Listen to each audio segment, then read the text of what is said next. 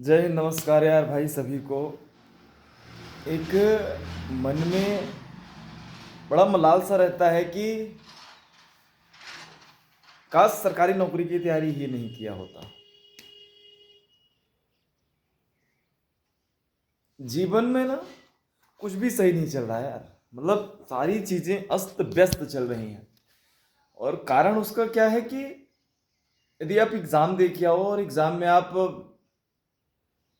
84-85% आप स्कोर करके आओ और उसमें भी आपका सिलेक्शन ना हो, ठीक है।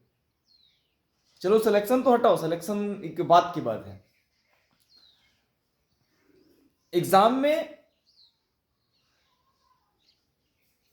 कुछ घोटालागिरी हो जाए, एग्जाम सेंटर ही बिक जाए, सॉल्वर बैठ जाए,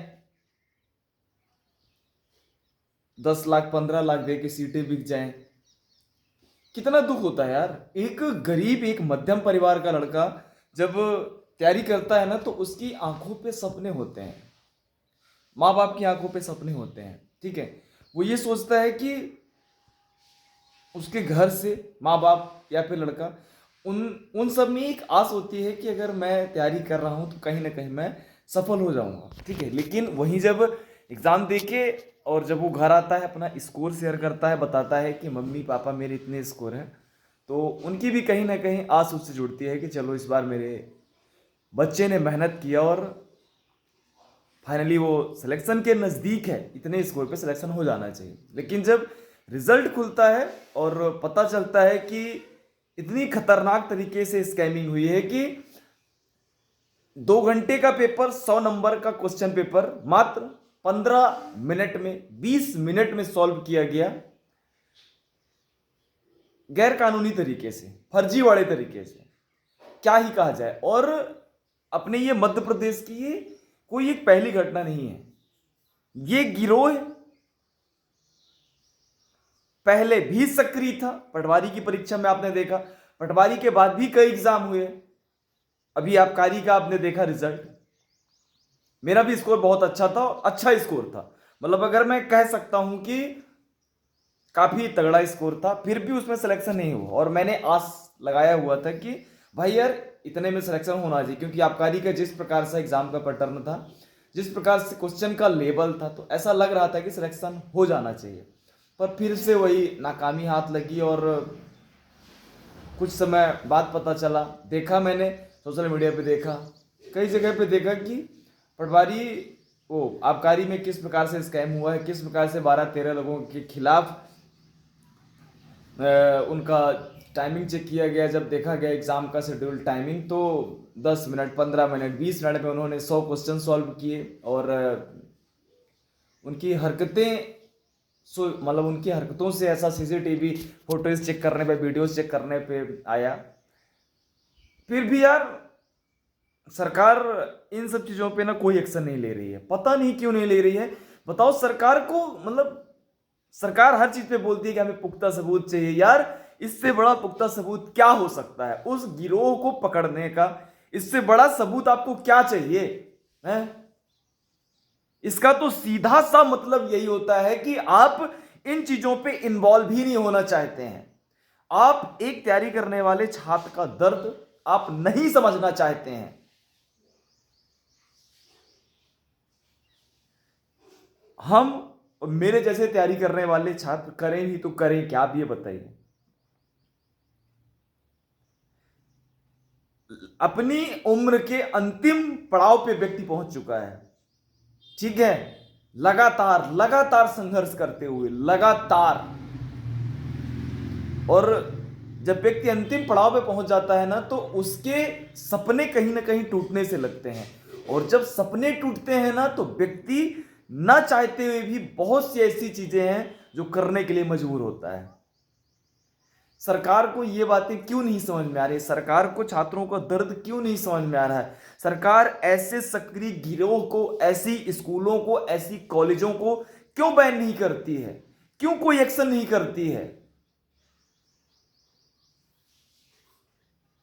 सरकार के बंदे उसमें शामिल रहते हैं, सीधी सी बात है। सरकार नहीं चाहती कि उनकी छवि खराब हो, उनकी पार्टी की छवि खराब हो। क्या यही कारण है? मतलब वो करते रहे, हम सहते रहे, हम एग्जाम देते रहे, बार बार स्कैम होता रहे, सीटें बिकती रहे। क्या यही चलेगा जीवन भर? क्या यही होगा मध्य प्रदेश में? भाई वैकेंसी ही नहीं निकाली है ना, आप डायरेक्ट बोली लगा दीजिए, 20 लाख दो, एक नौकरी लेके जाओ, 15 लाख दो, एक नौकरी लेके जाओ, ऐसा कर दीजिए ना यार। हम सभी पढ़ना, तैयारी करना, हमारे जैसे मध्यम परिवार के व्यक्ति जिसके पिताजी मजदूरी करके पैसे देते हैं, तब वो जाके कोई कोर्स परचेस करता है या कहीं की फीस भरता है, तब जाके वो नौकरी की तैयारी करता है यार। और जब उसके सपने टूटते हैं उसे बहुत दुख होता है। मैंने जब आबकारी का रिजल्ट देखा और इस प्रकार की स्कैमिंग के बारे में सुना, मुझे बहुत ज्यादा दुख हुआ है। ठीक है, पर सरकार को ये चीजें समझनी चाहिए यार। सरकार कब एक्शन लेगी? सरकार कब कोई ऐसा एक्शन लेगी कि मध्य प्रदेश के हम छात्र अपने आप को सुरक्षित महसूस करेंगे कि चलो अब एग्जाम पूरी तरीके से पारदर्शिता तरीके से हो रहा है? कब ऐसा होगा? सरकार क्यों एक्शन नहीं ले रही यार? कोई कितना फ्री है यार? कोई कोचिंग इंस्टीट्यूट वाला, कोई छात्र कितना फ्री है कि वो चलो तैयारी बंद करके आंदोलन पे, धरने पे बैठ जाए, रोज लेटर लिखे, रोज मुख्यमंत्री जी से मिले? क्या ही होगा उससे? आपके सामने चीजें स्पष्ट हैं, फिर भी आप कोई एक्शन नहीं ले रहे हैं, है ना? बताइए, करे भी तो क्या करे यार? आप बात करते हैं मध्य प्रदेश के युवाओं की, ये करेंगे, वो करेंगे, खाक करेंगे, आप कुछ नहीं करेंगे भाई। केवल सीटें बेचेंगे, सीटें बिकवाने में आपका जो भी कह सकते हैं, ठीक है, अव्वल नंबर पे, दर्जे पे रहेंगे आप, बस यही कर सकते हैं, बाकी कुछ नहीं कर सकते हैं। आप लोगों का ओपिनियन क्या है? वीडियो पे कमेंट करके जरूर बताइए यार। और इस प्रकार की स्कैमिंग खतरनाक है यार। ये व्यक्ति छात्रों के एक जीवन का, मतलब व्यक्ति के जीवन को खत्म कर देती है यार। आप ये समझो, ठीक है?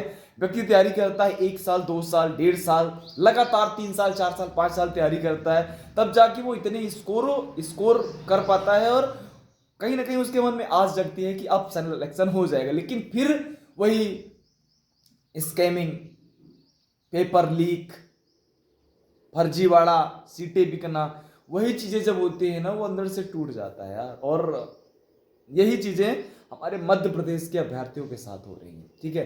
मैं उनका दर्द, दुख बयान नहीं कर पा रहा हूं, ये मेरे शब्द है, मैं अपने शब्दों के माध्यम से मैंने बोला है। इस पे आपकी क्या राय है जरूर बताएं। Thank you so much.